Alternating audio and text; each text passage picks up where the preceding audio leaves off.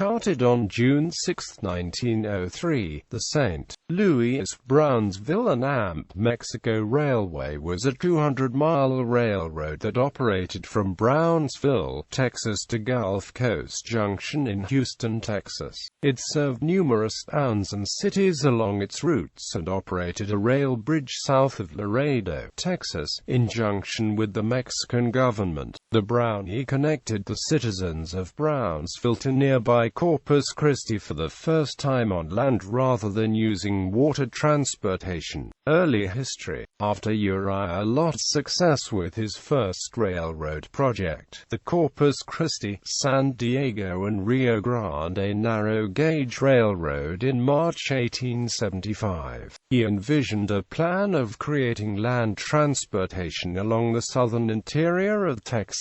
Uriah collaborated with business partner Benjamin Franklin Yoakum to create a large rail system that reached from Chicago, Illinois, in the north and Mexico City, Mexico, to the south. To put this plan into effect, Yoakum used control from one of his two railroads he was president from, the St. Louis, San Francisco, to create several railroads within Texas and Louisiana as a system. Known as the Gulf Coast Lines, the system was created in 3 phases under 3 different railroads: the St. Louis, Brownsville and Mexico, the Beaumont, Sour Lake and Amp, Western and the New Orleans, Texas and Amp, Mexico Railway.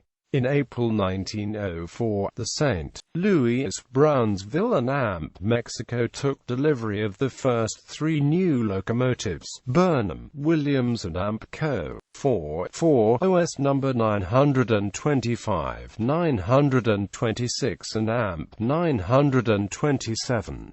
Shortly after the arrival of the locomotives, the first segment of track was completed on July 4, 1904, which reached Brownsville, Texas, from its starting point in Robstown, Texas. On December 31, 1907, the second major segment of track on the Brownie was completed to Houston from its starting point in Robstown and reaching Sinton as well. To further expand the southern portions of the Robstown-Brownsville route, the SDLB and Amp-M acquired the financially troubled San Antonio, Chapin and Amp Rio Grande Railway as well as the San Benito and Amp Rio Grande Valley Railway, one of the earliest expansions of the Rio Grande Valley spiderweb rail network which linked various small to large cities together. Gulf Coast Lines era. In 1913, Yoakum and Lotstream came to an end when the St. Louis, San Francisco entered receivership. Upon hearings of the Interstate Commerce Commission, the court ordered the receivers to sell off all of Yoakum's rail projects to recover from lost profits or face entire abandonment. In 1916, the New Orleans, Texas and Amp, Mexico Railway assumed control of the Gulf Coast Lines and established itself as an independent railway company until 1924. The New Orleans, Texas and Mexico Railway Co. was incorporated in 1916 to hold the securities of 4 railroads: New Orleans, Texas and Amp, Mexico, Beaumont, Sour Lake and Amp Western, Orange and Amp Northwestern, and St. Louis, Brownsville and Amp, Mexico Railroads. Bonds which had previously been issued by the San Francisco and Amp St. Louis Company went into default in 1913. Foreclosure of the liens took place in 1915. The creditors of the bonds reorganized into the new company in 1916, which became the owner. At the time new officers were elected.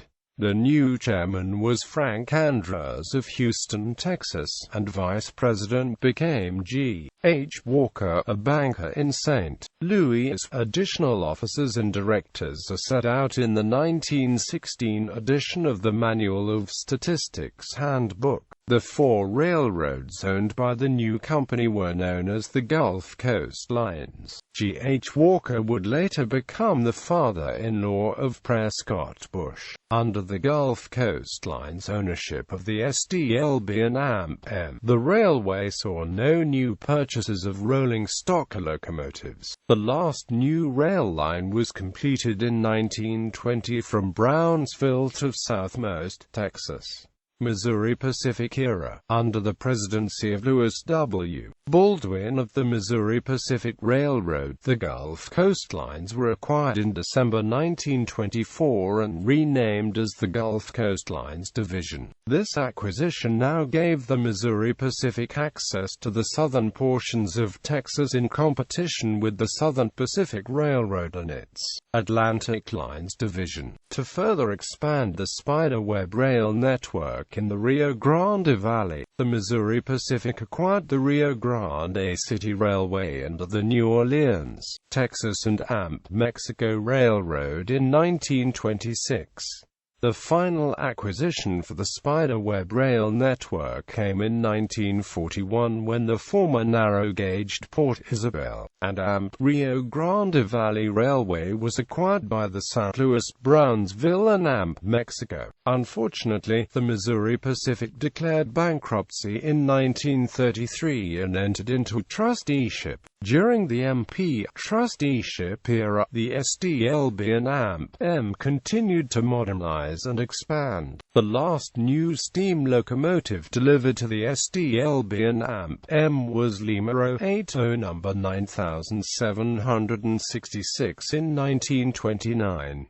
The SDLB and AMP-M took delivery of its first new diesel-electric locomotive, General Electric 44-ton number 813 in January 1942. The last new diesel-electric locomotive to arrive on the SDLB and AMP-M was Baldwin A16 number 4331 in July 1954. After 13 years of trusteeship, the longest of its kind in North American history, the SDLB and AMP-M were reorganized and merged away into the Missouri Pacific on March 1, 1956, when the United States District Court of St. Louis terminated the trusteeship. Shortly after the merger the name of SDLB and AMP-M and Gulf Coast Lines quickly disappear and various feeder branch lines were aggressively being abandoned. Motive power equipment.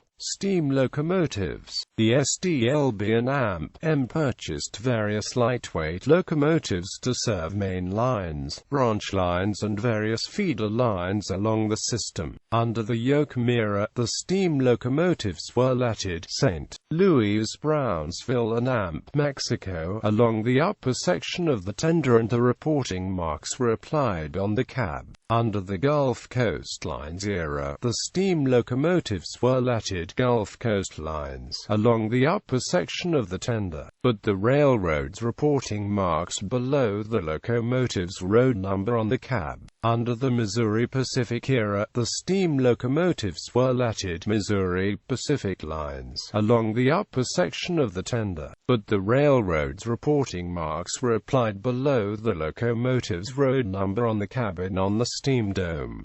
Diesel-electric locomotives. Since the Brownie had various branch lines and feeder lines among its system, the Missouri Pacific purchased various lightweight diesel locomotives and switches to operate where heavy diesel or steam locomotives were not permitted. Only the Electromotive Division E and F units were used in passenger service along the Brownsville-Houston route.